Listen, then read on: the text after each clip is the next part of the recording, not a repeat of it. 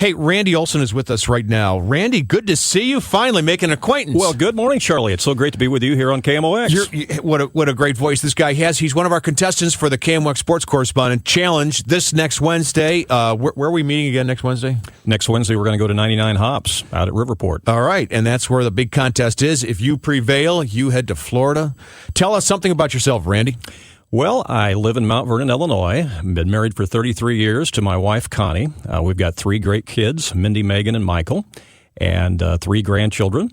And I work for Wayne White County's Electric Cooperative and as a director of communications, and wear a lot of different hats there, as many people do in the electrical co-op world, And then also I've always been a big fan of sports, and so I kind of cover sports as a hobby. I have a little sports website that I do over in Southern Illinois and have a little sports talk show of myself on Saturday mornings where Good for you. interview some local high school and junior high coaches and things like that. Excellent, excellent. So it's the Wayne White County Electric Cooperative. That's right. Best electricity around. Exactly right. Right there. So we'll give them a shout out because they're letting you visit us this morning. So we sure appreciate that.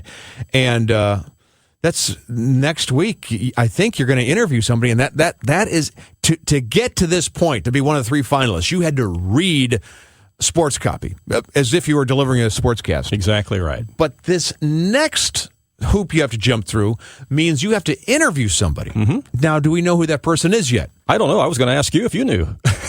No, I don't know. Okay. So we're going to find out, and well, I guess we'll tape that and share it with our listeners. All right. So that's pretty exciting. And then if you prevail, like I said, you're going to head to Florida. I think that's neat. So we'll talk a little bit about that, and maybe we'll get somebody on the line for a couple of tips here. 436-7900, 800-925-1120. What do you like to hear in an interview? Yeah, I remember Jack Buck saying that he always knew how he was going to get into an interview, but didn't know the questions after that. And I, like me, you listened to his Bucket Bat for years, sure. And he would talk to one athlete or manager after another and made it seem so easy. Mm-hmm. All right, what do you like in an interviewer, folks? 436-7900, 800-925. Randy doesn't know this. We have with us on the line right now one of the great sportscasters of our day. We know him best in St. Louis because of baseball. Chicago, they know him because of baseball when he called the White Sox, but he's also known around the country for his great basketball work. Randy, this is John Rooney. All right. John Rooney, this is Randy Olson. Hey, John. Randy and Charlie, good to be with you today. How are you two? Great to have you. It's an honor to have you because you are one of the tops in the business, and Randy's looking for some tips on interviewing, and would you mind sharing a tip or two? Well, I'll tell you, your callers have given him some pretty good tips already, and I think listening is by far the best way to go because the interview will take its own direction by what your subject says, and it goes that way all the time. I think Larry King was right.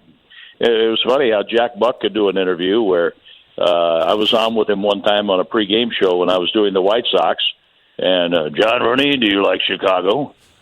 What do you like about your job? Are things going well? It just played off of what I was saying and what I was answering. And yes, you try to get the inside as best you can.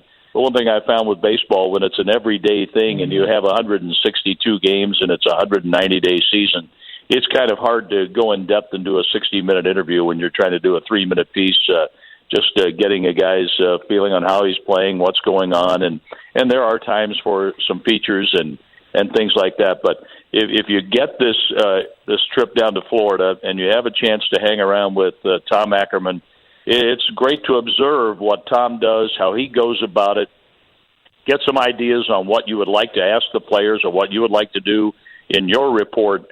But listening is the biggest key by far. It really is. You know, John, the late Marty Glickman, who I believe called the games for the Knicks as well as the Jets.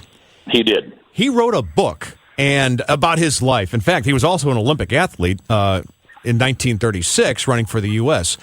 Fascinating story.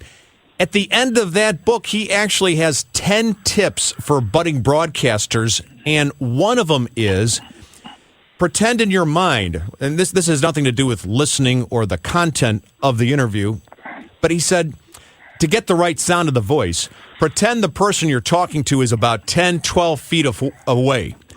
and that will be the sound that you need to be broadcasting in a stadium. Now, I don't have to tell you that, John, and Randy, you got great pipes too.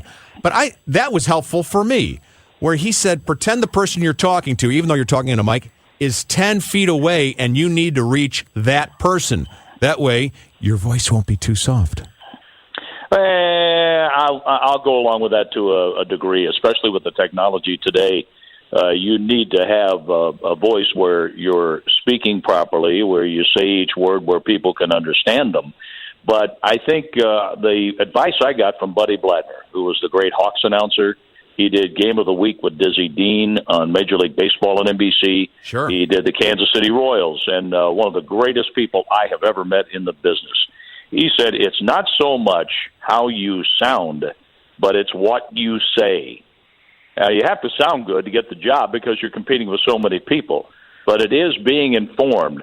And I think so many times today, I don't hear young announcers describing the game. I don't hear a description like I heard from Jack Buck, or I got from Ernie Harwell, or I got from Chuck Thompson. Those are all Hall of Fame announcers. And Vin Scully gives you a description when he's doing the game on radio that rivals anybody who's ever worked. But I don't hear many describing the game on radio, and I don't get a little insight to the inside part of the game of knowing the actual game. I hear a lot of sabermetrics, and you can give me all this wins above replacement stuff or this and that, but there will be things that will happen inside a game that will tell you how that game was won or lost. And as far as the individual goes, can the guy play or not? And if you learn the game well enough and you take the time to learn the game, whether it's football, basketball, baseball, hockey, anything, you're going to be able to answer those questions, tell stories, and be informative and entertaining, and I think that's what it's all about. Does it seem to you, John, and I'm not talking about anyone in particular, but one hears this more frequently than you'd expect. Instead of describing what's going on, the announcer will just say it's amazing. Mm-hmm. Well, it happens, and I'll say it's amazing, too, after I described it. Yeah, I mean, that's fair game. But, I had a meal. It was amazing. The movie, it was amazing. The play was amazing. Why was it? In other words, complete the sentence. And I think you're absolutely right, Charlie. It's a description. And I remember one time Chris Berman was going from TV on ESPN to radio doing a playoff game in baseball. And he was having a really hard time because he had never done radio. And he said, well, John Martin, the chief here, told me to talk a lot. And I know Chief, and I work for him. I did a lot of games on ESPN radio. And I think, no, Chief told you to describe. He didn't tell you to talk a lot. You can talk a lot on radio and not say anything. And it's a matter of description. And that's why sometimes I'll go into uniform colors. But I think every now and then I think a fan would like to hear, here's the windup and the pitch instead of the 2-2 pitch, the 3-2 pitch. You can mix that in every now and then just to keep from being repetitive. But tell them where the defense is aligned and the batting stance for the hitter and what the pitcher is doing. He's looking in for the sign and he's kicking away at the dirt in front of the rubber. Things like that. That puts a person in the ballpark.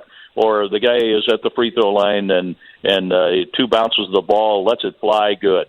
That's a free throw. I mean, little things that you can tell people. Tell them what you see because you are their eyes. This is John Rooney. Who does it better? I can't think of anyone. And Professor John Rooney was able to share some of his thoughts on the subject today of interviewing and sports broadcasting. We are so glad you could join us, and great to hear your voice, and we look really forward to hearing it during Cardinal baseball in a matter of weeks. It's less than a month now, Charlie. We'll be doing games down in Jupiter. And, Randy, all the best to you. Wish you well. Thank you, John. Great tips. Appreciate you calling in. Thanks so much. You bet. The one and only John Rooney with us today. Now, there's a guy, when he writes a book, I'll be the first in line to buy it. That's for sure. Hey, we're going to